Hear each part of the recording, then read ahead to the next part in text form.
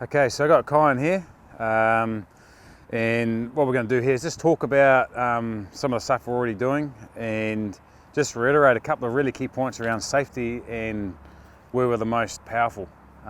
Okay, so Kai, if you go down into that position that we've just been in, beautiful. And obviously I'm using a tool here, and it literally is a tool. We all know a builder's level. And this here, he can just feel the top of that on his head, right? And at the moment, it's in line with his spine, and that's what we're after. We're after a neutral spine, okay? So if we get neutral spine and all the drills we do, then that'll help strengthen our neck. That'll help strengthen our posture in a scrum. If his head's looking down too much, or if it's out to the side and it's not activated, then it's not going to get strong. It's probably going to get weaker and sore, and then potentially lead to injury. So being in neutral, being nice and straight is really important. And when we talk about spine and line, like I said earlier, your lumbar, your mid, your thoracic, and your cervical, your neck, that's what we're talking about the whole lot, okay?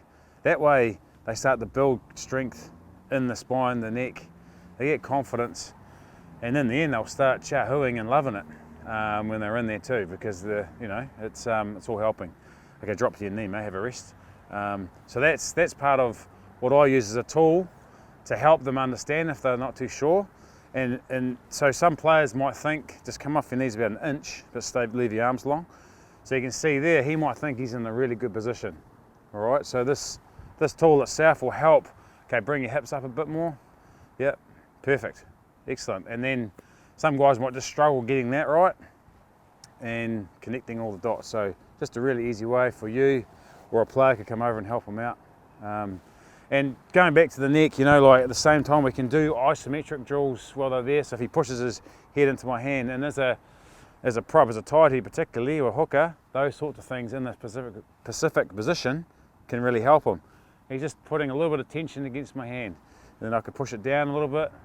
We can start to build it. Again, age appropriate, drop down to a knee, have a rest. Age appropriate is key, and also their physical development where they're at.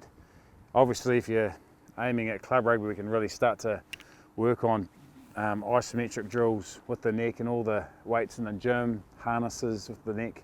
But at the moment, we're just looking at, first of all, that really good technique and posture as a key.